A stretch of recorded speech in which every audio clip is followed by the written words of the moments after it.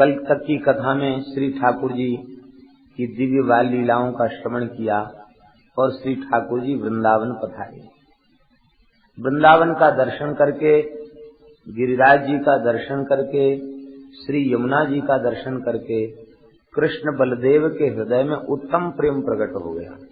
सुखदेव जी कह रहे हैं, वृंदावनम गोवर्धनम यमुना पुलिनानि च वीक्ष्यासि दुत्तमा प्रीति राम माधवयोर्नृप।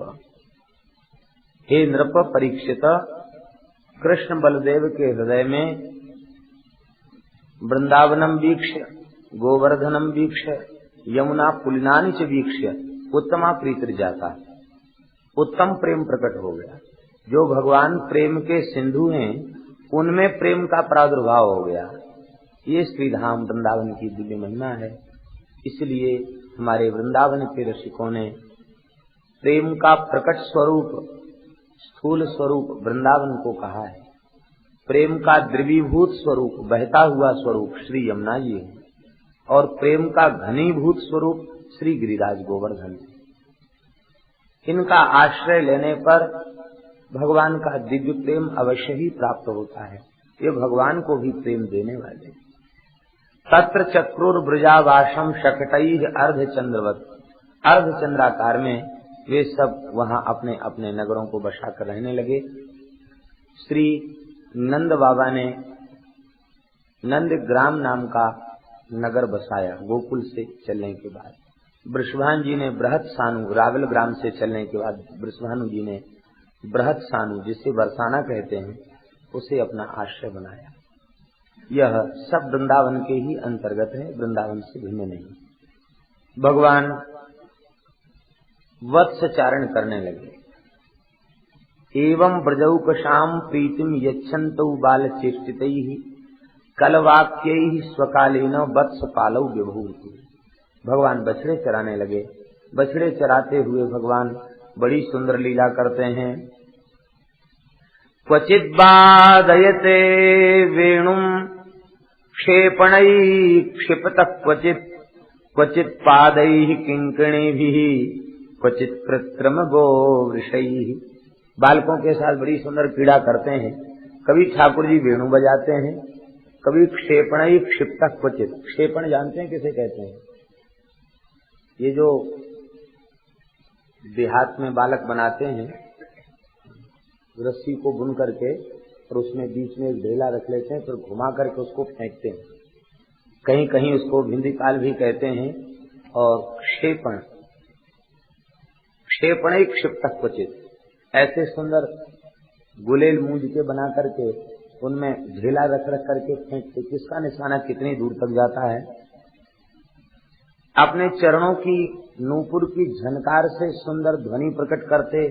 कभी कटी को मटका करके अपनी कटी किंकणी की ध्वनि को प्रकट करते। और क्वचित कृत्रिम गोवृषै, कभी ठाकुर जी बछड़ा बन करके, बैल बन करके हुंकार करते हुए मस्तक से मस्तक लड़ा करके लड़ने लग जाते हैं। इस तरह से बालकों की सुंदर क्रीड़ा, बड़ी अद्भुत क्रीड़ा होती। हमारे ब्रज में एक कथा प्रसिद्ध है। बोले ठाकुर जी का एक सखा था तोक, उससे ठाकुर जी ने वेणु वादन किया, ऐसा है। यद्यपि भगवान संपूर्ण कलाओं के आश्रय हैं, कलेश हैं, लेकिन फिर भी अपने भक्तों को आदर देने के लिए भगवान तरह तरह की क्रियाएं ग्वाल वालों से सीखते हैं और सीख करके फिर उनका आदर भी करते हैं। जैसे कोई गुरु से विद्या सीखे उनका आदर करे, ऐसे ही भगवान उनसे कोई कला सीखकर उनका आदर भी करते हैं। तो तोक नाम का सखा बड़ी सुंदर वेणु बजाता। एक दिन ठाकुर जी बोले कि भैया तोक, तू हमारो बड़ो प्यारो सखा है, तू बड़ी बढ़िया वेणु बजावे, ऐसी कृपा कर हमारे ऊपर कि हम भी वेणु बजाए वो सीख जाएं। इतना सुनते ही तोक बोलो कि ये विद्या है, ऐसी नहीं मिले। तो नंदराय जी को सपूत है तो जाते कहा भयो, हमारी सेवा कर, शुश्रूषा कर और कहे हे गुरु महाराज आप कृपा करें हमारे ऊपर, हमें वेणु वादन सिखा दें। तो हम रीझ जाएंगे तो सिखा देंगे। ठाकुर जी ने कहा जो आज्ञा गुरु महाराज। अब तक सखा कह रहे थे, अब गुरु कहने लग गए। बढ़िया सुंदर शिला पर अपना पीतांबर बिछा दिया ठाकुर जी ने। लो गुरु जी आपका आसन है।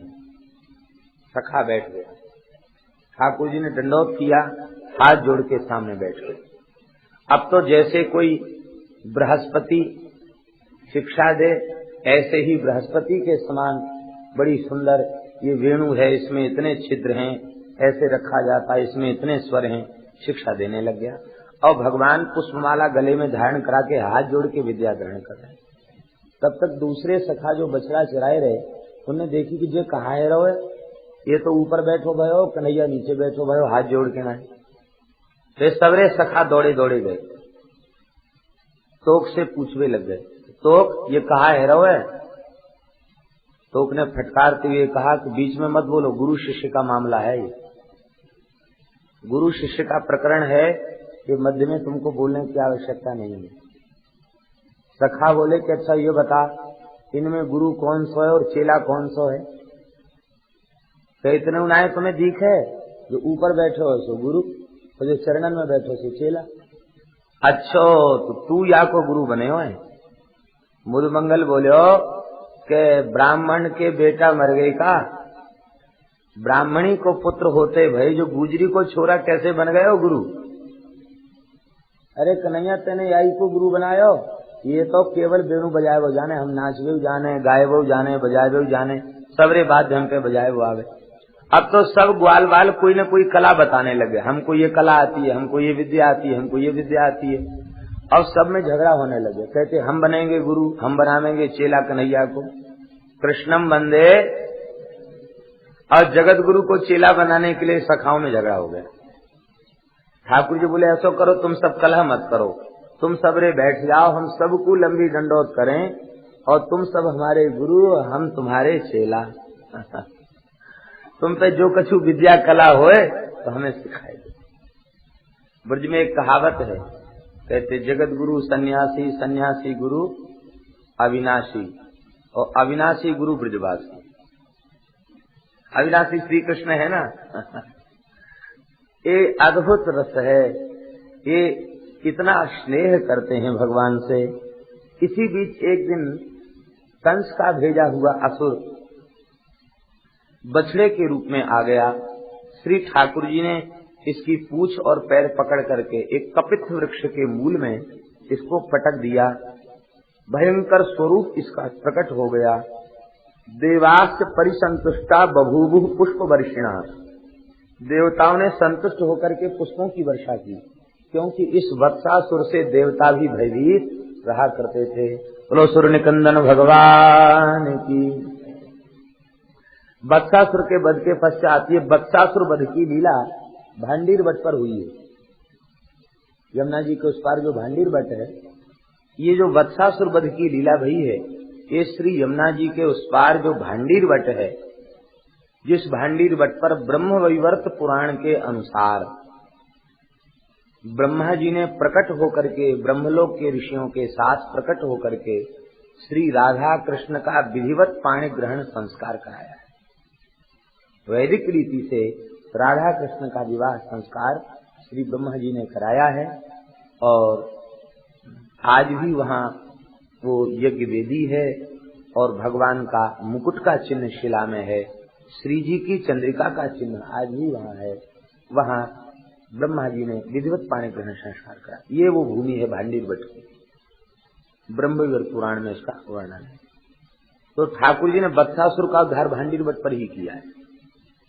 सखा बोले कन्हैया तेने तो बछड़ा मार दियो, अब तो एक गौ हत्या लगी, प्रायश्चित कर। ठाकुर जी ने कही तुम्हें बछड़ा दिख रहा हो, देखो कितना विशाल का राक्षस प्रकट है गयो। बोले भले ही बाद में राक्षस बन गयो, पर पहले तो बछड़ा बन के आयो, ये बछड़ा ही है, प्रायश्चित करो।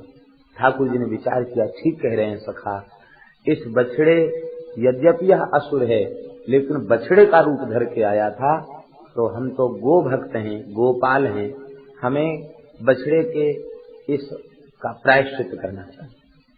तो श्री ठाकुर जी ने एक कूप प्रकट किया। यह कूप अमावास्या को भगवान ने प्रकट किया है, इसलिए अमावास्या को भांडीर वट में जो कूप है उसमें स्नान का बड़ा भारी महत्व है। पुराणों में बड़ी महिमा का वर्णन है। इस कूप का नाम है श्री त्रिवेणी कूप। इस कूप को भगवान ने प्रकट करके तीर्थराज प्रयाग का आवाहन किया है। प्रयाग ने चरणों में प्रणाम किया है। गंगा यमुना सरस्वती मूर्तिमान आई है और कूप में जलरूप हो गई। आज भी वह भांडीर कूप प्रसिद्ध है, उसको त्रिवेणी कूप कहा जाता। सोमवती अमावस्या पर तो इतना मेला होता है वहाँ। एक बार पूज्य महाराज जी ने आज्ञा दिया कि जाके स्नान करके आओ, बड़ी महिमा है वहाँ। स्नान करने गए, बहुत भोर में ही भेज दिया, अंधेरे में, जल्दी जाओ। हम सोचते थे इतने अंधेरे में वहां कौन जाए, तो वहां इतनी भीड़, 8-9 बजे तक तो कूप का जल सब बाहर हो गया, इतने स्नान करने वाले लोग पहुंचे। और इतनी श्रद्धा लोगों में कि जो कीच नीचे का है उससे भी लोग नहा नहा के आ रहे हैं। भांडीर वट की महिमा। भगवान ने वत्सासुर का उद्धार करके त्रिवेणी कूप की स्थापना की है। कालांतर में यह त्रिवेणी कूप लुप्त हो गया था। उस समय ब्रज के एक महान ऋषिकाचार्य श्रीमद नारायण भट्ट गोस्वामी, श्री नारायण भट्ट जी महाराज, जिन्होंने ब्रज के विलुप्त लीला स्थलों का प्रचुर मात्रा में उद्धार किया, ऊंचे गांव को अपना भजन स्थली बनाया। इनके ठाकुर जी आज भी ऊंचे गांव में विराजमान, दाऊ जी के मंदिर में, श्री नारायण भट्ट गोस्वामी जी। ये देवर्षि नारद जी के अवतार थे और ब्रज का को प्रकट करने के लिए ही आए। श्रीमद रूप गोस्वामी पाद, ये आदि षड गोस्वामी पाद हैं। इन्होंने ब्रजमंडल के विलुप्त लीला स्थलों का उद्धार किया और कहां कहां कौन कौन सी लीला भई, कहां कहां कौन कौन सा कुंड है, इसकी 84 कोस की परिक्रमा करके विलुप्त लीला स्थलों का उद्धार श्री नारायण भट्ट गोस्वामी जी ने किया। इनके साथ ठाकुर जी थे, ठाकुर जी चलते तो आप ब्रजवासियों को बुलाकर कहते कि यहाँ अमुक कुंड है, यहाँ अमुक लीला भई है, तो गांव के लोग कहते कि बाबा हम कैसे विश्वास करें अमुक लीला भई है। तो आप अपने सेव्य ठाकुर जी से कहते कि प्रभु आप कृपा करके जो लीला यहाँ भई है करके दिखाओ, तो ठाकुर जी लीला करके दिखा देते। ऐसी विलक्षण महापुरुष। अपने ठाकुर जी से प्रार्थना करते, ये ब्रजवासी विश्वास नहीं कर रहे हैं, आप कृपा करके यहाँ जो लीला भई है वो खुद बताओ और यहाँ करके दिखाओ लीला। वो ठाकुर जी श्री जी के साथ लीला करके दिखाते। ऐसे महापुरुष नारायण भट्ट गोस्वामी। जब यह अंतिम स्थिति में थे, भगवत धाम जाने की तैयारी में थे, निकुंज प्रवेश की तैयारी में थे, उस समय आपने कहा कि त्रिवेणी स्नान कराओ, त्रिवेणी स्नान। तो लोगों ने कहा कि भगवान आप तो ब्रज की सीमा छोड़कर बाहर नहीं जाते, आपका चित्त भी ब्रज के बाहर नहीं जाता, और आज अंतिम क्षण में प्रयाग जाकर त्रिवेणी स्नान करना चाहते हैं। आपने कहा तुम लोग नहीं जानते, कोई तीर्थ ब्रज से बाहर नहीं, सब ब्रज में ही। चलो त्रिवेणी कूप जो ठाकुर जी ने वत्सासुर का वध करके प्रकट किया था और उसे हम प्रकट करते हैं, तो आप वहां पधारे भांडीर वट पर और कहा कि इसको खोदो, बद्रीनाथ जी के द्वारा बनवाया हुआ कुआं का चिन्ह आज भी मिलेगा। तो पुनः अंतिम क्षण में उन्होंने त्रिवेणी कूप को प्रकट किया। ऐसा उनका चरित्र। बरसाने में जो इस समय लाडली जी का मंदिर है, यह मंदिर श्री नारायण भट्ट गोस्वामी जी के द्वारा ही प्रकट हुआ। आप यहाँ पधारे हैं तो आपको श्री जी के दिव्य महल का यहाँ दर्शन हुआ है। उस समय आप पर्वत पर बैठ करके ध्यान करने लग गए हैं और ध्यान करते करते जो लाडली जी इस समय मंदिर में विराजमान हैं, वे उनकी गोद में आकर गए। बरसाने के पर्वत से ही वे प्रकट विग्रह हैं और उनकी अंक में विराजमान रही हैं। श्री ठाकुर जी के साथ वहां लाडली जी को विराजमान किया है। श्री ठाकुर जी का नाम श्री विजय लाडली जी है। यहाँ ठाकुर श्री विजय लाडली जी महाराज, महारानी नहीं है, महाराज है, लाडली महाराज है। भाव ये है कि यहाँ की ब्रज की अधीश्वर राजाधिराज श्री किशोरी जी, ये भाव होने के कारण तो रानी ना कह करके लाडली जी महाराज कहते। इस प्रकार से यह त्रिवेणी कूप में भगवान ने स्नान करके इस तीर्थ को आशीर्वाद दिया, ज्ञात अज्ञात कैसा भी कोई पाप होगा वह इस जल के स्पर्श मात्र से दूर हो जाए। भगवान एक बार श्री यमुना के तट पर वत्स चारण कर रहे थे। पूतना का भाई बकासुर बगुला बन करके आया, भगवान को सामान्य बालक मान करके इसने निगल लिया। सोचता तो था बालक है, और जैसे ही चोंच में रखा तो इसकी तालू जल गई, होठ जल गए। इसको समझ में आया कि जलता हुआ लोहे का पिंड है। अब तो इसने तुरंत भगवान को उगल दिया। जैसे ही उगल दिया भगवान हंसने लग गए और भगवान ने तमापतंतम संगृह्य तुंडयोः दूरभ्याम बकम कंस खगम सताम पति पश्यत्सु बालेषु ददार लीलया मुदा बहो वीरणवत दिवौकशाम। वीरण कहते हैं वर्षाकालीन घास को। जैसे कोई वर्षाकालीन घास को चीर देते हैं बालक खेल खेल में, ऐसे ही ठाकुर जी ने इसकी दोनों चोंच पकड़ी, एक चोंच पर चरण रखा और दूसरी चोंच को हाथ में पकड़ा और तिनके के समान इसे चीर दिया। देवताओं ने बकासुर के उद्धार के बाद आकाश से पुष्पों की वर्षा की। बोलो भक्तवत्सल भगवान की। वे सब बालक लौट करके घरों में आते और अपने घरों में आकर भगवान की सुंदर लीलाओं का वर्णन करते। ब्रजवासी कहवे लग गए, अहो ब्रह्मविदाम वाचो ना सत्यासंति करहिचित गर्गो यदा भगवान वभावि तथैव तत् भगवानन वभावि तथैव तत्। देखो, ब्रह्मज्ञ महर्षियों की वाणी कभी मिथ्या होती नहीं है, वेदज्ञ महात्माओं की वाणी मिथ्या नहीं होती। देखो, गर्ग जी ने जो कुछ इस बालक के संबंध में कहा था वह सर्वथा सत्य ही घटित हो रहा है। ऐसा कहकर के वे भगवान की लीलाओं का वर्णन करके प्रेम में डूब जाते। ये एक श्लोक भागवत में 2 बार आया है। पहले यहाँ आया, फिर अघासुर उद्धार के बाद यही श्लोक आया। एक ही स्कंद में 2 बार यह श्लोक आया है।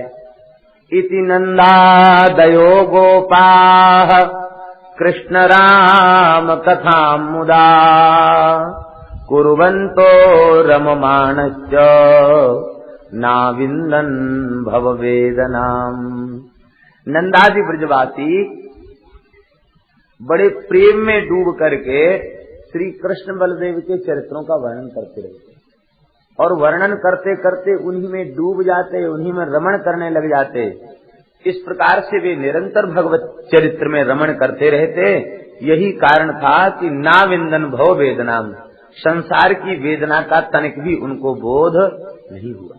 वे संसार में रहते हुए संसार की वेदना से मुक्त रहते। कहने का तात्पर्य ये है कि जिनका चित्त भगवान के चरित्र में रमण करता रहता है उन्हें संसार में क्या हो रहा है इसका बोध नहीं होता है, उन्हें भव वेदना का बोध नहीं होता, क्योंकि अन्य चर्चा है ही नहीं। उसी में चित्त रमण करता रहता, उसी में चित्त लगा रहता। संसार की किसी गतिविधि का उन्हें बोध नहीं होता। पूज्य पंडित श्री गया प्रसाद जी महाराज गिरिराज जी में अखंड निवास करके अनन्य निष्ठा पूर्वक अपने भजन में लगे रहते, तो बिल्कुल भी उन्हें यह ज्ञान नहीं होता था कि संसार में कौन सी विलक्षण घटना घटी। यहाँ तक कि इतना लंबा समय बीतने के बाद भी पैसे का मूल्य बढ़ गया कि घट गया, कौन सी चीज महंगी हो गई, कौन सी चीज सस्ती हो गई, उन्हें कोई पता नहीं। एक बार पूज्य श्री डोंगरी जी महाराज पहुंचे वहां। पंडित जी तो बड़ा आदर करते थे, आप सुखदेव जी हैं, पधारे, बड़ी कृपा की। डोंगरी जी ने साष्टांग किया, बैठ गए, हाथ जोड़ के डोंगरी जी बोले कि भगवान हमारी एक अभिलाषा है, इच्छा है। पंडित जी ने कहा आज्ञा करो, का सेवा करो। तो महाराज ये की प्रार्थना है कि कुछ आप सेवा हमसे ले लें, कुछ सेवा ले। पंडित जी ने कहा कि हम तो गिरिराज जी के यहाँ पड़े हुए हैं, ब्रजवासियों की मधुकरी मिल जाती है, हमको किसी वस्तु की अपेक्षा नहीं। डोंगरी जी ने हट किया और उन्होंने कहा कि हम किसी सेठ साहूकार का धन आपको नहीं देंगे, बहुत छोटी कुछ राशि हमारे पास है, उसमें से कुछ सेवा करेंगे, हमारी विशेष शिक्षा है आप सेवा करें। आज्ञा करें, क्या सेवा करो? यहाँ अन्न क्षेत्र चलने लग जाए, ये सब प्रपंच नहीं करते भजन से, अन्न क्षेत्र चले, भंडारा चले, ये सब प्रपंच नहीं।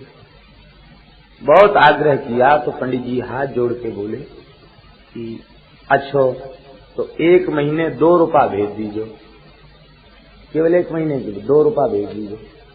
और इतने वे भजन में लगे रहते थे कि उनको यह स्मरण में नहीं था कि 50 साल 60 साल पहले जो 2 रुपए का मूल्य था अब 2 रुपए का कोई मूल्य नहीं है। उनके ध्यान में अभी भी यही था कि 2 रुपए की तो बहुत कीमत है, 2 रुपए में तो सब काम चल जाएगा।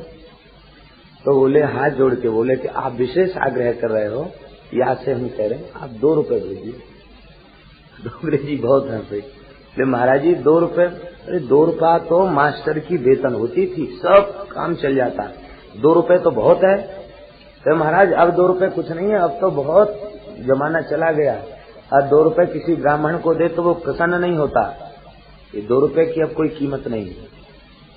थोड़ी देर बाद पंडित जी हाथ जोड़ के बोले, तो बस अधिक से अधिक 5 रुपया, या सो ज्यादा मत भेजियो, हम पे भार सहन नहीं होगा। उनकी निष्किंचनता को देख करके डोंगरे जी नतमस्तक, और उन्होंने 5 ही रुपए स्वीकार किए, और वो 5 रुपए भी छुए नहीं। कहा गिरिराज जी की पूजा करे आप, 5 रुपए में गिरिराज जी की पूजा करवाए। ये महात्माओं का कहने का तात्पर्य यह है कि भगवान की लीला में, भजन में जिनका चित्त डूबा है, उन्हें संसार में क्या हो रहा है, संसार की क्या स्थिति है, इसको सोचने समझने का अवकाश कहाँ है। भगवत प्राप्ति के पथ में लगे हुए साधकों को अन्य चर्चा छोड़ करके निरंतर भगवान के गुणों में ही रमण करना चाहिए, भगवान के चरित्र में ही रमण करना चाहिए। और जिसका चित्त भगवान के चरित्र में डूबा हुआ है, उसे संसार की वेदना का पता नहीं चलता। आप लोग श्रवण कर चुके हैं, सिद्धों ने स्तुति करते हुए कहा है, अयम तत्कथा मृष्ट पीयूष नद्याम मनोवारणः क्लेश दावाग्निदग्ध त्रिशार्तो वगाढो न सस्मार दावम न निष्क्रामति ब्रह्म संपन्न वन्न। हे भगवान, आपकी कथामृत रूपी सरिता में हमने अपने मन रूपी हाथी को डुबो दिया है, इसलिए संसार का जो क्लेश है वही आग है, उस आग से हम बच गए। और जलते हुए संसार को देखकर वहां जाने की इच्छा नहीं हो रही है, क्योंकि हमें तो आपकी अमृतमयी सरिता में, कथामृत सरिता में अवगाहन करने का अवसर प्राप्त हो गया। क्या वह हाथी जलते हुए जंगल में जाना चाहेगा, जिसको शीतल भागीरथी के जल में किलोल करने का सौभाग्य मिल गया, विहार करने का सौभाग्य मिल गया? वह गजेंद्र क्या गंगा जल को छोड़ करके जलते हुए जंगल में जाना चाहेगा? नहीं जाना चाहेगा। इस प्रकार से भगवान के चरित्र में अपने चित्त को रमण कराते रहते हैं ब्रजवासी, इसलिए उन्हें पता नहीं चला संसार की वेदना का। एवं विहारैः कौमारैः कौमारं जहतुर्व्रजे नीलायनैः सेतुबन्धैः मरकटोत्प्लवनादिभिः। ये श्लोक भी 2 बार आया है। आगे फिर एक बार इस श्लोक का स्मरण किया है। भगवान कृष्ण बलदेव कभी आंख मिचौनी खेलते तो कभी सेतु बंधन करते और कभी मरकटोत्प्लवन, बंदरों की तरह उछल कूद करते। इस प्रकार से भगवान लीला करते। इस श्लोक का दूसरा भाव संतों ने दिया है, सेतुबंध और मरकटोत्प्लवन, इन 2 शब्दों से श्री राम लीला का संकेत सुखदेव जी ने किया है। और आज भी इसका प्रमाण नंदगांव के निकट जो कामवन है, उसमें आज भी इसका प्रमाण प्राप्त होता है। भगवान ने खेल खेल में सेतु बंधन लीला की है, रामेश्वरम स्थापन किया है। खेल खेल में भगवान ने एक ग्वाल को हनुमान जी बना करके जानकी जी की सुध लेने भेजा है। तो कामवन में ठाकुर जी ने संपूर्ण रामलीला का अभिनय किया।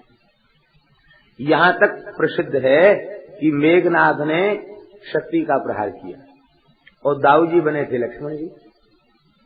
खेल हो रहा था, वो कोई ऐसी शक्ति का प्रहार नहीं था, ऐसे ही कोई लता लेके या कोई तृण लेकर के प्रहार किया या लकुट से ही प्रहार किया, तो लक्ष्मण श्री दाऊ जी को वस्तुतः मूर्छा हो गई, वो अभिनय सत्य हो गया। अब जिस ग्वाल को हनुमान जी बना करके जड़ी बूटी लेने भेजा, वो बेचारा बालक था, वो भूल गया। तो ठाकुर जी रो रहे थे, सब ग्वाल बाल रो रहे थे, वो भी घूम फिर के आया, वो भी रोने बैठ गया। अब दाऊ जी की मूर्छा दूर नहीं हो, तब कहा भाई क्या किया जाए। तब कहा श्री दामा ने कि भाई जो सखा हनुमान जी बना था वो जड़ी बूटी लावे, संजीवनी बूटी, तब दाऊ जी की मूर्छा दूर होगी। वो ऐसी कामबन से कोई घास उखाड़ के लाया, ऐसी जैसे दाऊ जी की नासकाक पर रखी, दाऊ जी राम राम कह के उठ करके बैठ गए। ठाकुर जी ने हृदय से लगा लिया। माने लीला का अभिनय करते करते वह लीलाएं सत्य हो जाती हैं। ऐसे अद्भुत श्री ठाकुर जी वह लीला किया करते। मरकटोत्प्लवनादि भी, मरकटोत्प्लवनादि से रामलीला का संकेत किया गया। एक दिन ठाकुर जी बोले तो देखो सखाओ, हम लोग लौट के अपने घरों में आके छाक आरोगते हैं। घर में प्रसाद पाने में उतना स्वाद नहीं है। वृंदावन में चल करके जंगल में बैठकर छाक आरोगेंगे, उसमें ज्यादा सुख मिलेगा। तो कल हम लोग बछड़ा चराने चलेंगे तो लौट के दोपहर में घर नहीं आएंगे, सब जमुना जी पे बैठ के और छाक आरोगेंगे। देखो भैया बालकों मित्रों, अपने अपने घर में सब बढ़िया बढ़िया मिठाई बनवा के पकवान बनवा के लियो, क्योंकि सबके घर की पोल पट्टी खुलेगी आज कल। कौन के घर में कैसी बने, कौन की मैया कैसी रसोई बनावे, और सबकी पोल पट्टी खुलेगी। बढ़िया बढ़िया बनवाए के लियो। ये सब बालक अपनी माताओं से कहने लग गए और माताओं ने बहुत सुंदर सुंदर पकवान बनाए। मेरा बालक वत्सचारण के लिए जा रहा है, इसलिए पकवान गोपियों ने बनाए हों सो नहीं। नंद नंदन जरूर हमारी वस्तु को स्वाद पूर्वक आरोगेंगे, इसी भावना से ब्रज गोपियों ने सुंदर सुंदर पकवान बनाए हैं। ग्वाल बाल अपनी लपटों में झोली बना बना करके उनको बांध बांध करके मिठाइयों को, पूरी पकवान आदि चल पड़े गीत गाते हुए। मुदमंगल पूर्णमासी जी का पुत्र है और ये पूर्णमासी योग माया का अवतार है। ये भगवान की लीला में बहुत सहयोग करती हैं। पूर्णमासी जी महायोगिनी है, योग माया है साक्षात। तो पूर्णमासी के पुत्र हैं मुदमंगल। मुदमंगल ने कहा कि मैया ठाकुर जी ने कही है कि बढ़िया बढ़िया रसोई बना के लाओ, तो तू बढ़िया से बढ़िया रसोई बना। हम देखो ये तो सब अहीर के और गुजर के छोरा हैं, हम ब्राह्मण बालक हैं, तो हमारा कुछ विशेष उसमें होना चाहिए कि हाँ या के घर की रसोई बहुत अच्छी बने। पूर्णमासी बोली कि मैं तो भजन छोड़ के या काम में लगूंगी नहीं, तू तो ब्राह्मण का बालक है, तो तेरो तो अन्नकूट वैसी है जाएगा, क्योंकि कोई बिना तुझे दिए खाएगा नहीं। सब थोड़ी थोड़ी वस्तु तुमको देंगे, तो लोगों के तो एक एक दो दो पकवान, सारे पकवान तो तुम्हारे पास आ जाएंगे, और कन्हैया तोय बिना दिए खावेगो नहीं, इसलिए तुम तो ऐसी चले जाओ। नहीं बनाया कुछ भी। तो मुदमंगल ने कनेल के फलों को अपनी झोली में भर लिया, लकुट में लटका लिया और बड़े प्रेम से गीत गाते हुए भगवान के पीछे पीछे चलने लग गया।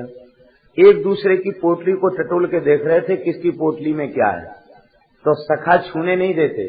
मुदमंगल सबसे ऊंचा, ठाकुर जी से 5 वर्ष बड़े हैं मुदमंगल। ठाकुर जी की जो आयु है उससे 5 वर्ष बड़े हैं आप, तो आप सब सखाओं में ऊंचे हैं, लंबे हैं, अपनी लकुट ऊपर रखते हैं। कोई छूने लग जाता उछल करके तो डांट देते हैं, खबरदार, हमारी मैया बड़ी बूढ़ी है तो का बड़े बढ़िया बेसन के लड्डू बनाए हैं, और इतने बढ़िया लड्डू बने कि छूते ही फूट जाएंगे, छो मत। वो कनेल के फल भर रखे थे। श्री दामा ने बढ़िया सुंदर बेसन के लड्डू बनाए थे, उसकी खुशबू आ गई उनको, इसलिए वो कहते थे हमारी झोली में लड्डू है। गीत गाते गाते धीरे से चले और श्री दामा की झोली से एक लड्डू निकाल के अपनी झोली में रख ले और 2 कनेल के फल उनकी झोली में रख ले। ऐसे करके वो पूरे कनेल के फल तो उनकी झोली में कर दिए और सब लड्डू अपने झोली में कर लिए। अद्भुत लीला है। छाक आरोगते समय सबने अपनी अपनी पोटली खोली, अब बेचारे श्री दामा जी ने खोली तो उनमें तो कनेल के फल निकले। मुदमंगल हंसते भये बोलो कि अरे देखो तो सही, कीर्ति मैया को लाला है कि पता कनेल के फल लाए या कि मैया पे कुछ खाए क्यों ना है। बेचारे श्री दामा रोने लगे, बालक ही तो हैं। ठाकुर जी ने हृदय से लगा, कोई बात नहीं, तुम हमारे पास बैठकर हमारे साथ छाक आरोगो। और श्री दामा रोए रोए के कहवे लगो कि मुदमंगल तू बहुत लालची है, तेने ये हमारे लड्डू चुराए, तेरे नाम की मोहर लग रही क्या इनमें, छाप लग रही है क्या? अरे हमारी मैया बड़ी बूढ़ी तो कल लड्डू बनाए वो नहीं जाने, ऐसे कह के स्त्री दामा को चिढ़ाने लग गए। इस तरह से बालक परस्पर हंसते खेलते हुए बहुत आनंद लेते हैं। आज छाक आरोगने के लिए अपनी पोटी में लेकर जब चले हैं तो मार्ग में बड़ा भयंकर एक विशाल अजगर दिखाई पड़ा। ये ऐसे लगता था मानो कोई वृंदावन की शोभा हो। इसका फैला हुआ मुख कंदरा के समान दिखाई पड़ता। इसकी जो जिह्वा है वो कंदरा में जाने के समान मार्ग के जैसी दिखाई पड़ती। ये सब बछड़े बालक उसके भीतर चले गए, लेकिन जब तक ठाकुर जी भीतर नहीं गए तब तक इसने मुख बंद नहीं किया। आज वत्स चारण में दाऊ जी नहीं थे, अकेले ठाकुर जी गए। जैसे ठाकुर जी गए हैं इसने मुख बंद कर लिया। भगवान की लीला का दर्शन करने ब्रह्मा जी आए थे, आकाश में खड़े थे, लेकिन जब जैसे ही अघासुर ने मुख बंद कर लिया ब्रह्मा जी हाहाकार कर उठे, देवता हाहाकार कर उठे। भगवान ने अपने स्वरूप को बढ़ाया और बढ़ा करके भगवान ने इसके कंठ मार्ग को अवरुद्ध कर लिया। जैसे ही कंठ मार्ग को अवरुद्ध कर लिया अब तो वह अत्यंत व्याकुल हो गया और उसने प्राण को छोड़ दिया। भगवान ने सबको मुक्त किया और इसके बाद भगवान बाहर प्रकट भये। ब्रह्मादि देवताओं ने भगवान के ऊपर पुष्पों की वर्षा की। बोलो भक्तवत्सल भगवान की, श्री अघासुर निकंदन भगवान की। भगवान की लीला बड़ी विलक्षण है। ब्रह्मा जी ने अभी अघासुर उद्धार की लीला का दर्शन किया है और वही ब्रह्मा जी ने जब छाक आरोगते हुए भगवान को देखा तो ब्रह्मा जी को मोह हो गया। जैसे कमल का पुष्प हो, कमल के मध्य कर्णिका होती है, ऐसे ही कर्णिका स्थान पर तो श्री बालकृष्ण प्रभु बैठे हैं और छोटे छोटे सखा उनके चारों ओर, और उनसे बड़े दूसरी पंक्ति में, उनसे बड़े तीसरी पंक्ति में और बड़े चौथी पंक्ति में, सबसे बड़े पांचवी पंक्ति में। इस तरह से सब कमल व्यूह में विराजमान हैं। जो सबसे छोटे हैं उनको भगवान ने निकट रखा। मानो ठाकुर जी ये कहते हैं कि हमको जो जितना छोटा भक्त है वो हमारे उतने ज्यादा निकट है। मोरे शिशु सम दास अमानी, छोटे बालकों को भगवान ने अपने अतिशय निकट रखा और जो जितना बड़ा है उतनी दूर से आस्वादन कर सकता है, क्योंकि उसके हाथ पैर लंबे हैं, भगवान से ले दे सकता, लेन देन कर सकता है, इसलिए भगवान ने उनको दूर रखा। लेकिन आश्चर्य ये था कि ठाकुर जी की पीठ किसी को नहीं दिखाई दे रही थी। यद्यपि ठाकुर जी मध्य में विराजमान है और चारों ओर सखा हैं, लेकिन पीठ किसी को नहीं दिखाई दे रही थी। सबको ठाकुर जी के मुख कमल का दर्शन हो रहा था, क्योंकि सर्वतः पाणी पादोश्य सर्वतोक्षि शिरो मुखम सर्वतः श्रुतिमन लोके सर्वम आवृत्य तिष्ठति। भगवान चारों ओर मुख हैं, चारों ओर नेत्र हैं, चारों ओर हाथ हैं। ओम विश्वतः चक्षुरुत मुखो विश्वतो बाहुरुत विश्वतस्वात संबाहुयान धमति संपतत्रैर्द्यावा भूमि जनयन देव एकः।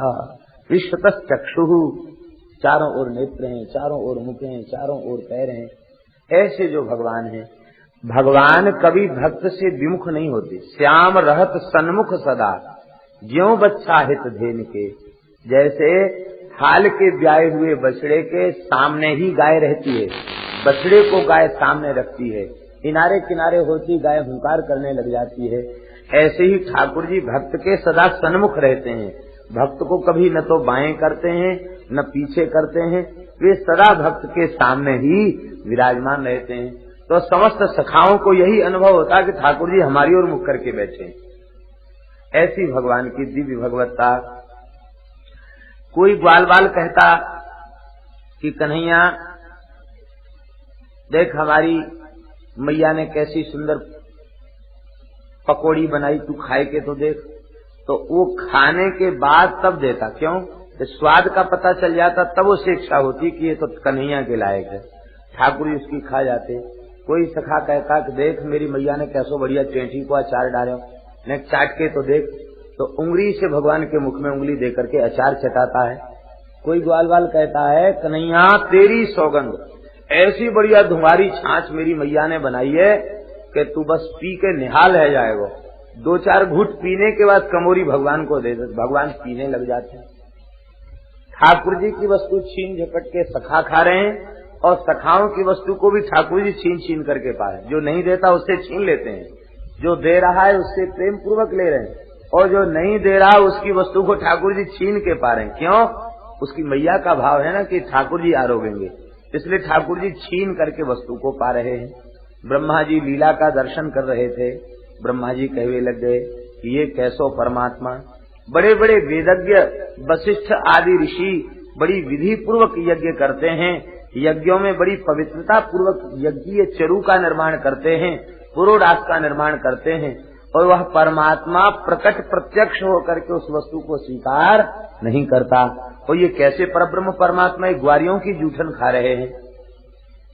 ब्रह्मा जी को मोह हो गया और ब्रह्मा जी ने बाल बछड़ों को चुरा लिया। यहाँ एक बात का स्मरण रहे, ब्रह्मा जी को जो मोह हुआ है वो जड़ माया का मोह नहीं है। जो कल 3 माया के भेद बताए उनमें जो वैष्णवी माया है, जनमोहिनी माया, इस जनमोहिनी माया में ही ब्रह्मा जी को ठाकुर जी ने अपने संकल्प से मोहित किया। क्योंकि आप लोग श्रवण कर चुके हैं, भगवान ने ब्रह्मा जी को आशीर्वाद दिया है चतुश्लोकी भागवत के पूर्व, भगवान कल्प विकल्पेशु न विमुह्यति एतन मतम समातिष्ठो परमेण समाधिना, भगवान कल्प विकल्पेशु न विमुह्यति करेचित। और तथैव तत्व यावानहम यथा भावो यद्रूप गुण कर्म का तथैव तत्व विज्ञानम अस्तुते मद अनुग्रह। मेरे अनुग्रह से मेरा जो स्वरूप है, मेरी जितनी लीलाएं हैं, मेरा जितना प्रभाव है, मेरा जितना विस्तार है, वो सब का बोध तुम्हें हो जाए, ये भगवान ने आशीर्वाद अपनी ओर से दिया है। और ब्रह्मा जी भी नारद जी से कहते हैं, न भारती मिंगमृषोपलक्ष्यते न वै क्वचिन्मे मनसो मृषा गति न मे हिषिकाणि पतन्त्य सत्पथे यन मे हृदौत्कण्ठ्यवता धृतो हरि। हे नारद, मेरा मन, मेरी इंद्रियां कभी भी असद की ओर नहीं जाती। मेरा मन, मेरी बुद्धि सदा भगवान में लगी रहती, मेरी इंद्रियां सदा भगवान का ही अनुभव करती रहती। क्यों? मैंने उत्कंठित हृदय से भगवान को अपने हृदय में धारण कर रखा है। तो ऐसे महाभागवत श्री ब्रह्मा जी जो जड़माया से मुक्त हैं, महान मुक्तात्मा हैं, ऐसे ब्रह्मा जी जड़ माया में मोहित हों, ये कहना भागवतापराध है, ऐसा नहीं कहना। ठाकुर जी ने ब्रह्मा जी को अपने संकल्प से मोहित किया। क्यों मोहित किया? उसमें कई कारण हैं। एक तो ठाकुर जी ने विचार किया कि ब्रज में जो आए वो हमसे खेलें, इसी में हमारी प्रसन्नता है। तो आज ब्रह्मा जी ब्रह्मलोक छोड़ के आए हैं, तो क्यों ना आज इनके साथ खेल लिया जाए। खेलें कब? जब उनका ज्ञान पुरोहित हो जाए। तो बस उनके ज्ञान को ठाकुर जी ने चुरा लिया। जैसे ज्ञान को चुराए कि ब्रह्मा जी भी बालक बन गए, जो बूढ़े हैं सो बालक बन गए। यद्यपि ब्रह्मा जी में वृद्धावस्था नहीं, लेकिन लोक पितामह होने के कारण लोग कहते वो वृद्ध हैं। तो ब्रह्मा जी को भी भगवान ने बालक बना लिया। हमारे ब्रज के संत तो कहते हैं कि धन्य है ब्रजरज की महिमा, जहाँ वेद के ज्ञाता ब्रह्मा आकर भी चोर बन गए। तो ठाकुर चोर बन जाए तो कौन सा आश्चर्य है, हैं? ठाकुर जी बिना पढ़े लिखे हैं, ब्रह्मा जी तो बहुत पढ़े लिखे हैं। ब्रज के ठाकुर पढ़े लिखे नहीं हैं, बिना पढ़े लिखे, इसलिए तो ज्यादा भोले हैं। पढ़ा लिखा ज्यादा चतुर हो जाता है, बिल्कुल पढ़े नहीं है, अनपढ़ हैं, इसलिए बहुत भोले। इतने लाड़ प्यार में पले पुसे हैं कि 10-11 वर्ष की उम्र तक तो विद्यालय में इनको भेजे ही नहीं गया। खूब मस्त रहो, खेलो कूदो, मस्त रहो। ये तो जब मथुरा पहुंचे हैं तब यज्ञोपवीत हुआ, तब विद्यारंभ हुआ। ब्रज में तो ठाकुर जी ऐसे ही प्रसन्न रहे हैं, अक्षरारंभ भी नहीं हुआ। श्री चक्र जी ने एक जगह लिखा है कि ठाकुर जी कहते हम पढ़े लिखे नहीं, नंद बाबा ने हमको विद्यालय नहीं भेजा, इसलिए हमको हिसाब करना नहीं आता। पढ़े होते तो कुछ गणित जानते, हिसाब करना आता, हिसाब करना नहीं आता। कौन सा हिसाब मालूम है? कहते हमको एक हिसाब मालूम है। क्या? बोले पूरा दे दो और पूरा ले लो, बस इतना हिसाब मालूम है। घटाई बढ़ाई, जोड़ और घटाओ और बढ़ाओ ये हम नहीं जानते। पूरा दे दो और पूरा ले लो, अपना पूरा प्रेम हमसे करो, हमारा पूरा प्रेम ले लो। बस इतना ही गणित जानता हूँ, इससे ज्यादा गणित हम नहीं जानते। श्री वृंदावन बिहारी। तो श्री ठाकुर जी ने ब्रह्मा जी के साथ खेलने की इच्छा की और इसलिए भगवान ने ब्रह्मा जी को मोहित किया। तो ब्रह्मा जी को भगवान ने अपना सखा, और भगवान ने ब्रह्मा जी को सखा कहा है भागवत में द्वितीय स्कंध में, जहाँ ब्रह्मा जी को भगवत साक्षात्कार हुआ है तो भगवान ने उनको सखा कह करके संबोधित किया है। तो ठाकुर जी को याद आया कि ऐश्वर्य रूप से हमें सखा कहा, लेकिन वे सखा नहीं बन सके, क्योंकि ऐश्वर्यमय रूप से सख्य करने की किसकी हिम्मत है। तो चलो हमने सखा कहा, तो आज इस लीला में इनसे सखेरस की लीला क्या। तो जैसे बालक खेल खेले ऐसे बालक बन गए ब्रह्मा जी, और ब्रह्मा जी खेल खेलने लग गए। दूसरा, भगवान को ब्रह्मा जी को मोहित करने का एक यह भी कारण था कि भगवान ब्रजरज का आस्वादन करना चाहते हैं, और वह तभी संभव है कि जब सब बछड़े चले जाएं, बालक चले जाएं, तो 84 कोस ब्रज की रज में खूब धूल में खेलेंगे और बछड़ा बनकर के ब्रजरज का स्वाद लेंगे। और भगवान इस लीला को करके समस्त गायों की इच्छा पूर्ण करना चाहते हैं, सबके बछड़ा बनकर सबका दूध पीना चाहते हैं, समस्त गोपियों की इच्छा पूर्ण करना चाहते हैं, और समस्त ब्रज की कुंवारी कन्याओं के संकल्प को पूर्ण करना चाहते हैं, क्योंकि सबका पाणी ग्रहण इसी अंतराल में भगवान के साथ हो गया। तो ये कई प्रयोजन हैं भगवान को ब्रह्मा जी के मोहित करने के। और ब्रह्मा जी को भगवान मोहित न करते तो ब्रह्मस्तुति कैसे प्रकट होती। ये ब्रह्मस्तुति भागवत धर्म का सार है। भगवान की लीलाएं हम सब जीवों के ऊपर परम अनुग्रह करने के लिए हैं। ठाकुर जी तो छाक आरोग रहे थे, सखा बोले कि कन्हैया बछड़ा कहाँ गए। हम तो पहले ही कही कि कछु बछड़ान पे रहो, ये घोर जंगल है, पतो नहीं कहाँ चले गए। ठाकुर जी बोले तुम सब बैठ के पाओ और मैं बछड़ा ले जाऊं, क्योंकि ठाकुर जी जानते जब तक हम यहाँ बैठे तब तक ब्रह्मा जी की चोरी का साहस नहीं होगा। ठाकुर जी जानते हैं कि बछड़े चले गए, फिर भी ठाकुर जी दही भात का दोना हाथ में है और पाते पाते ठाकुर जी चल रहे हैं। तब तक ब्रह्मा जी ने बालकों को चुरा लिया, सबको कंदरा में माया से मोहित करके सुला दिया। ठाकुर जी को समझते देर नहीं लगी। भगवान सहज सर्वज्ञ हैं। भगवान की सर्वज्ञता में और अन्य भगवत स्वरूप देवताओं की सर्वज्ञता में किंचित अंतर है। देवता ऋषि मुनि वे जानना चाहें तब जान सकते हैं, जानना न चाहें तो नहीं जान सकते। लेकिन भगवान को जानना चाहने की संकल्प करने की आवश्यकता नहीं, क्योंकि वह परमात्मा सर्वगत है, इसलिए कोई बात भगवान से छिपी हुई नहीं। ठाकुर जी ने बछड़ों का रूप बना लिया और ग्वाल बालों का रूप बना लिया। जिसका जैसा लकुट, जिसके जैसे वस्त्र आभूषण, जिसकी जैसी आकृति, वैसे ही भगवान बन गए और समस्त माताओं की गोद में खेलने लग गए। समस्त बछड़े भगवान बन गए।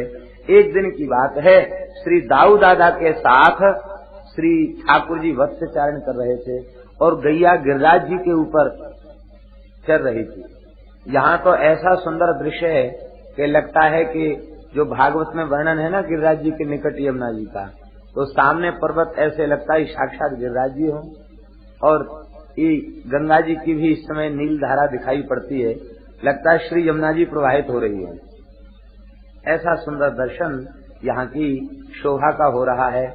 बड़े सुंदर गिरिराज जी के ऊपर गैया चल रही हैं और ठाकुर जी गैया चरा रहे हैं, बछड़ा चरा रहे हैं यमुना के तट पर।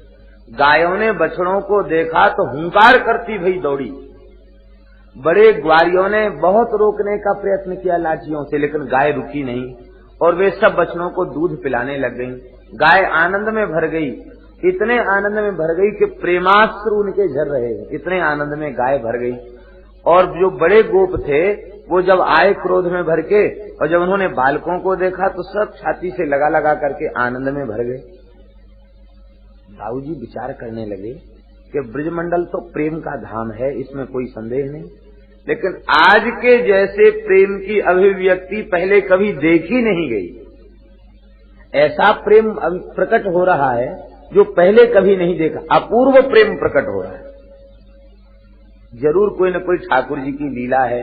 दाऊ जी ने अपनी योग दृष्टि से, दिव्य दृष्टि से देखा है तो जितने बालक हैं वे सब भगवान के स्वरूप में हैं, और जितने बछड़े हैं वे सब भी भगवान के स्वरूप में हैं। देख करके श्री दाऊ जी ने भगवान की लीला को नमस्कार किया। तावत् सर्वे वत्सपालाः पश्यतो यस्य तत्क्षणात् यदृश्यन्त घनश्यामः पीतकौशेयवाससः चतुर्भुजा शंखचक्र गदाराजीवपाणयः किरीटिनः कुण्डलिनो हारिणो वनमालिनः श्रीवत्साङ्गददो रत्न कम्बुकङ्कणपाणयः नूपुरैः कटकैर्भाता कटिसूत्रांगुलीयकैः। जितने बालक हैं, जितने बच्चे हैं, सब में भगवान का साक्षात दर्शन हो रहा है। श्री दाऊ दादा ने नमस्कार किया है। बोलो भक्तवत्सल भगवान की। वे सब कैसे दिखाई दे रहे थे? सत्य ज्ञानानंतानंद मात्रैक रसमूर्तयः अस्पृष्ट भूरिमा हात्म्या तपि उपनिषद्दृशाम। ऐसे सुंदर स्वरूप का ब्रह्मा जी ने दर्शन किया है। ऐसे दाऊ जी दर्शन करके अतिशय गदगद हो गए हैं। श्री पंडित वंशीधर जी ने जन्माद्यश्यतः की वृंदावन परक जो व्याख्या लिखी है, अर्थ किया है, उस वृंदावन परक अर्थ में ये सत्यम परम धीमहि जो जन्माद्यश्य पहला श्लोक है, इसका गोवर्धन परक अर्थ किया है, वृंदावन परक अर्थ किया है, यमुना परक अर्थ किया है। बहुत सुंदर अर्थ है। वृंदावन परक अर्थ बहुत सुंदर अर्थ किया है। तो उस वृंदावन परक अर्थ में पंडित श्री बंशीधर जी ने कुछ पुराणों के उद्धरण देकर के यह लिखा है कि वृंदावन की महिमा ऐसी है कि इस वृंदावन की सीमा में कोई जीव प्रविष्ट हो जाए और जब तक वृंदावन की सीमा के क्षेत्र में रहे तब तक वह चतुर्भुज रूप से ही रहता है। माने उतने क्षण के लिए वो भगवत स्वरूप हो जाता है। ऐसा पंडित बंशीधर जी है। जब वृंदावन में आ गया तो भगवत स्वरूप हो गया। और इस भाव की पुष्टि प्रबोधानंद पाद सरस्वती जी ने भी की है। यत्र प्रविष्टो सकलोपि जंतु, वह अब मनुष्य नहीं कहते, जंतु कीड़ा मकोड़ा भी वृंदावन में प्रवेश कर जाए तो वह आनंद सच्चिद घनताम उपैति, सच्चिदानंद घनता को प्राप्त कर जाता है। ऐसी वृंदावन की दिव्य महिमा। तो वह दिव्य वृंदावन में वे सब भगवत स्वरूप ही दिखाई पड़े। ब्रह्मा जी तो सोच रहे थे कि ब्रज में हाहाकार मच रही होगी, लेकिन जब वे आए तो क्या देखते हैं कि ब्रज में तो आनंद की बाढ़ आ गई। क्यों आ गई बाढ़? बोले गर्ग जी शांडिल्य जी ने ब्रजवासियों को बुला के कह दिया कि या वर्ष में विवाह के बड़े सुंदर मुहूर्त हैं, अपनी अपनी कन्याओं को विवाह बालकों के साथ कर दो, तुम सबको अक्षय पुण्य की प्राप्ति होगी। तो वे सब जितनी कन्याएं हैं उनका विवाह बालकों के साथ हो गया। असली बालक तो सब ब्रह्मा जी की माया में सो रहे थे और ये जितने बालक थे सब श्री कृष्ण ही थे, इसलिए इन सबके साथ उन कन्याओं का पाणी ग्रहण संस्कार हो गया। कुछ विद्वान ऐसा कहते हैं कि रास पंचाध्यायी में जो कृष्ण बधवा, कृष्ण की बधुएं, ये यही तात्पर्य। कृष्ण की बधु उसे कहते हैं जिससे विधिवत पाणी ग्रहण संस्कार हो, उसको बधु कहते हैं। वे सब गोपियां श्री कृष्ण की बधुएं ही हैं, ऐसा भी कहते हैं। अब तो ब्रह्मा जी ने बछड़ों को बालकों को वापस कर दिया। भगवान ने अपने स्वरूपों को अपने में तिरोहित कर लिया और श्री ब्रह्मा जी भगवान के चरणों में आए हैं। ये ब्रह्मा जी कहाँ पधारे हैं? आज भी वृंदावन में यह स्थल है जिसे ब्रह्मकुंड कहते हैं। ब्रह्मकुंड पर ब्रह्मा जी पधारे हैं और पधार करके श्री ब्रह्मा जी ने उत्थाय कृष्णस्य चिरस्य पादयोः पतन् आस्ते महित्वं प्राग्दृष्टं स्मृत्वा स्मृत्वा पुनः पुनः। भगवान के प्रभाव का स्मरण करके बार बार आनंद में मग्न हो गए। बार बार भगवान के चरणों में गिरते हैं, प्रणाम करते हैं और नत्वा मुदस्रु जलैहि मुदश्रु सुजलैहि अकृताभिषेकम, अश्रु जल से भगवान के चरण कमलों का अभिषेक कर दिया। और जो ब्रह्मा जी ने अपने प्रेमाश्रु जल से भगवान के चरणों को पखारा है वही दिव्य जल ब्रह्म कुंड है। इस ब्रह्म कुंड की बड़ी भारी महिमा है। वृंदावन में सबसे पहले यदि कोई तीर्थ प्रकट हुआ है तो वो ब्रह्म कुंड है, क्योंकि जब श्री श्रीगोस्वामी पाद वृंदावन में पधारे हैं उसके भी कम से कम 200 वर्ष पहले राजस्थान की परम भक्ता भक्तिमती करमेती बाई वृंदावन आई और करमेती बाई को ब्रह्मकुंड का दर्शन हुआ है और ब्रह्मकुंड में ही करमेती बाई ने निवास किया है। करमेती जी की भजन स्थली है ब्रह्मकुंड। करमेती बाई ये मीराबाई से भी प्राचीन है। भक्ति युग की भक्त महिलाओं में, भक्त नारियों में सबसे पहली भक्त नारी है श्री करमेती बाई। कम से कम 700 वर्ष से भी पुराना काल है, 700-800 वर्ष पुराना काल है करमेती। परशुराम पंडित जी की पुत्री करमेती बाई।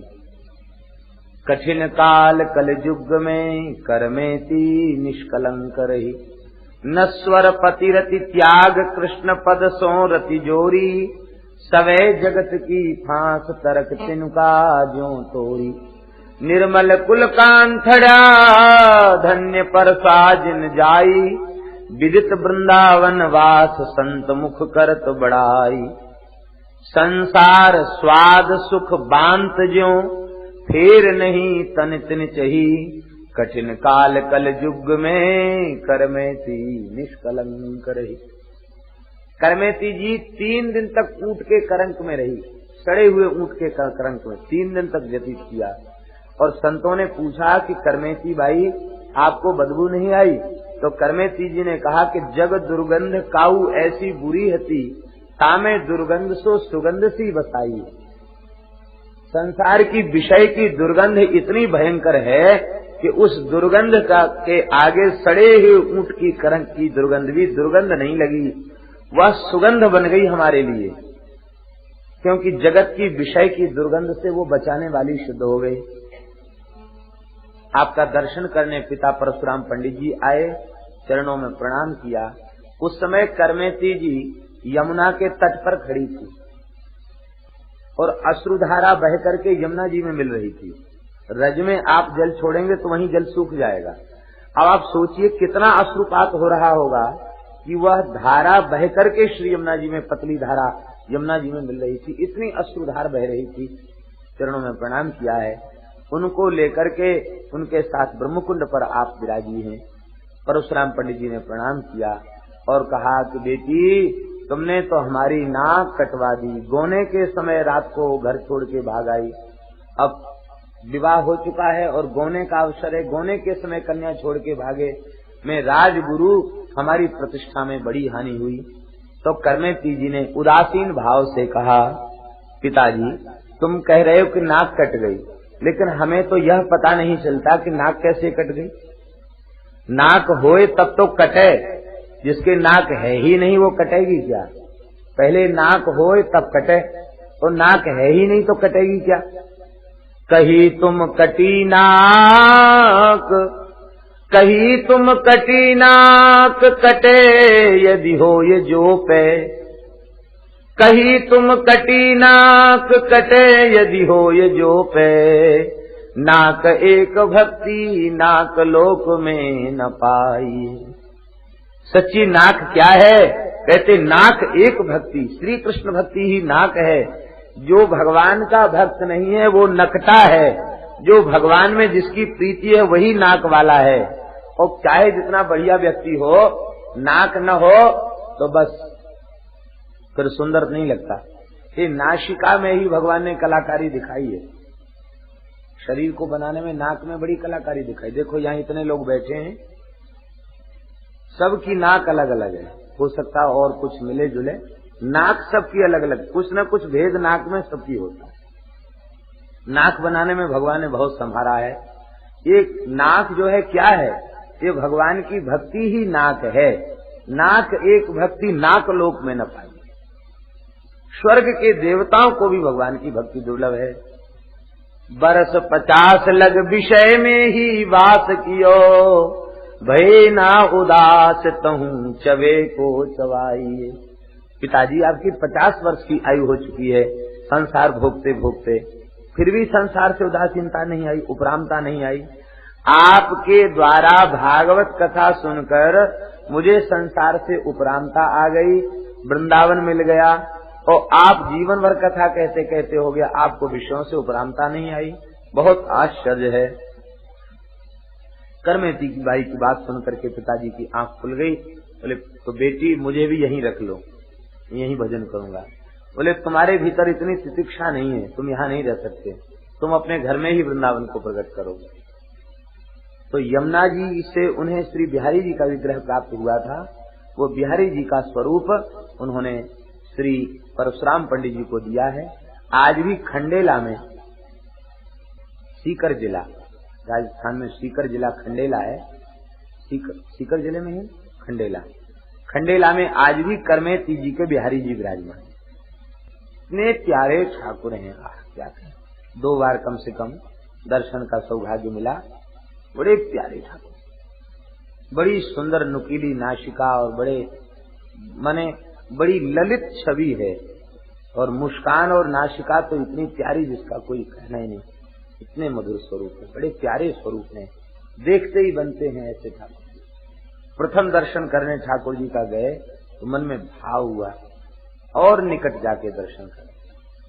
तब तक पुजारी कहते हैं बाबा यहाँ खड़े होकर दर्शन क्यों कर रहे, भीतर चले जाओ गर्भगृह में, चरण स्पर्श करके ठाकुर जी का दर्शन निकट से। बड़े प्यारे ठाकुर, स्वयं प्रकट ठाकुर जी।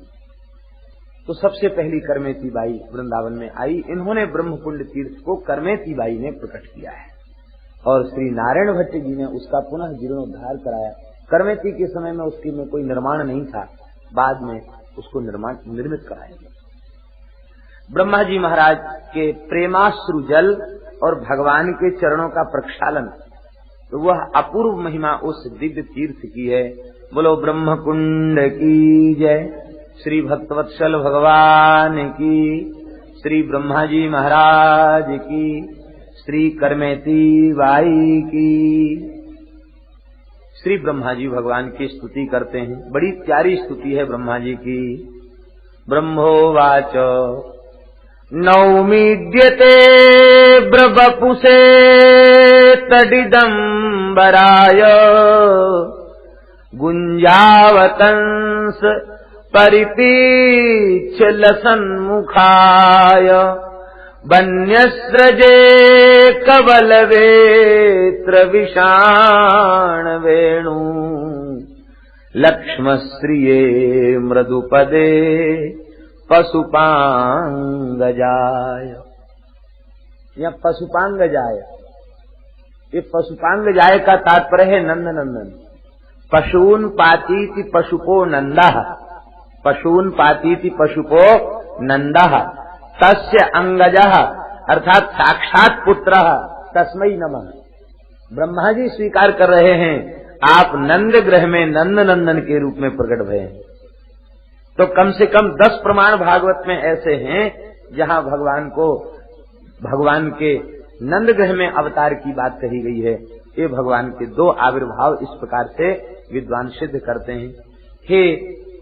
हे पशुपांगजा, और दूसरा अर्थ होता है पशून पातीति पशुपो वृषभानु, तस्य अंगजा वृषभानु नंदनी श्री राधा, और आप उनके प्रिय हैं, ऐसा भी अर्थ कुछ विद्वान करते हैं। हे भगवान आपको नमस्कार है।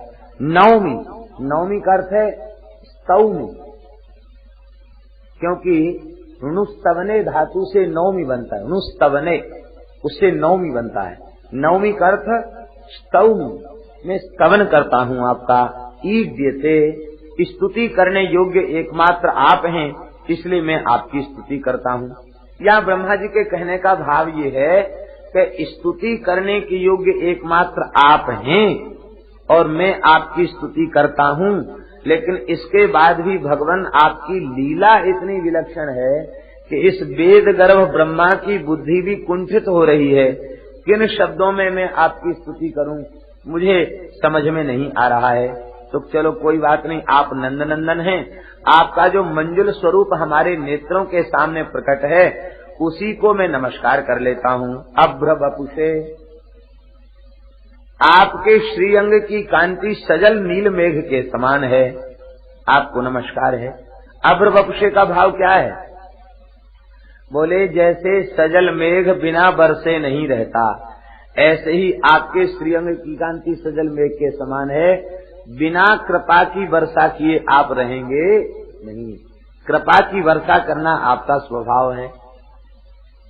दूसरा भाव अभ्रवपुषे का ये है कि मेघ जब बरसता है, वर्षाकालीन मेघ जब बरसता है तो अपनी वर्षा में किसी के साथ भेदभाव नहीं करता। पर्जन्यवत कृपा प्रवृत्ति ही, भगवान की कृपा की प्रवृत्ति पर्जन्यवत है, मेघ के समान है। बादल बरसता है तो जहाँ ऊंचे शिखर पर बूंद नहीं टिकती वहां भी बरसता, जल में भी बरसता, समुद्र में भी बरसता, ऊसर में भी बरसता, उपजाऊ में भी बरसता, सर्वत्र जल बरसता है, बरसते समय भेद नहीं करता। ऐसे ही आपका सजल नील मेघ के समान श्री विग्रह है। भले ही मैं अपराधी हूँ, आपके भक्तों से मैंने वियोग कराया है, लेकिन फिर भी आप मुझे अपनी कृपा से वंचित नहीं रखेंगे, क्योंकि आपकी कृपा तो सबके ऊपर बरस रही है और बरस सबके ऊपर रही है, किंतु अनुभव सन्मुख जीव को होता है, विमुख जीव को आपकी कृपा का अनुभव नहीं होता। तो हे भगवान, मैं विमुख नहीं हूँ, मैं तो आपके सन्मुख खड़ा हूँ, फिर आप मुझे अपनी कृपा से वंचित कैसे कर देंगे? खूब जोर का पानी बरस रहा हो और बर्तन उल्टा पड़ा हो आंगन में, मैदान में, तो उल्टे बर्तन में एक बूंद जाएगी? नहीं जाएगी। और बर्तन सीधा हो तो उसमें लबालब भर जाएगा। ऐसे ही कृपा सबके ऊपर बरस रही है। जो जीव संसार की ओर मुंह करके, भगवान की ओर पीठ करके औंधे पड़े हैं, उनके भीतर कृपा टिकती नहीं, उनको कृपा का अनुभव नहीं होता। और ये संत जन क्या करते हैं? ये औंधे पड़े हुए जीव को, उल्टे पात्र को सीधा कर देते हैं, भगवान की ओर मुख कर देते हैं। और जब भगवत सन्मुख कर देते हैं तो फिर कृपा का वह अनुभव करता है, कृपा में डूबकर सराबोर हो जाता है। सराबोर ही नहीं हो जाता, कृपा छलक करके बाहर बहने लग जाती है, और जो उसके निकट पहुंचता है वह भी कृपा से सराबोर हो जाता है। भगवान की कृपा के चिंतन में डूबे रहने वाले महात्मा, इनका दर्शन करते ही चित्त को शांति मिल जाती है, क्योंकि कृपा इनमें लबालब भरी हुई है, छलक रही है कृपा। इनको छूकर, इनकी ओर देखकर, इनसे बोलकर, इनका केवल दर्शन करके अथवा इनका केवल स्मरण करके भी जीव आनंद से भर जाता है। ऐसे ही भगवान के भक्त कृपा स्वरूप होते हैं। कृष्ण कृपा को पर प्रगट विल्व मंगल मंगल स्वरूप। बिलमंगल जी को नाभाजी ने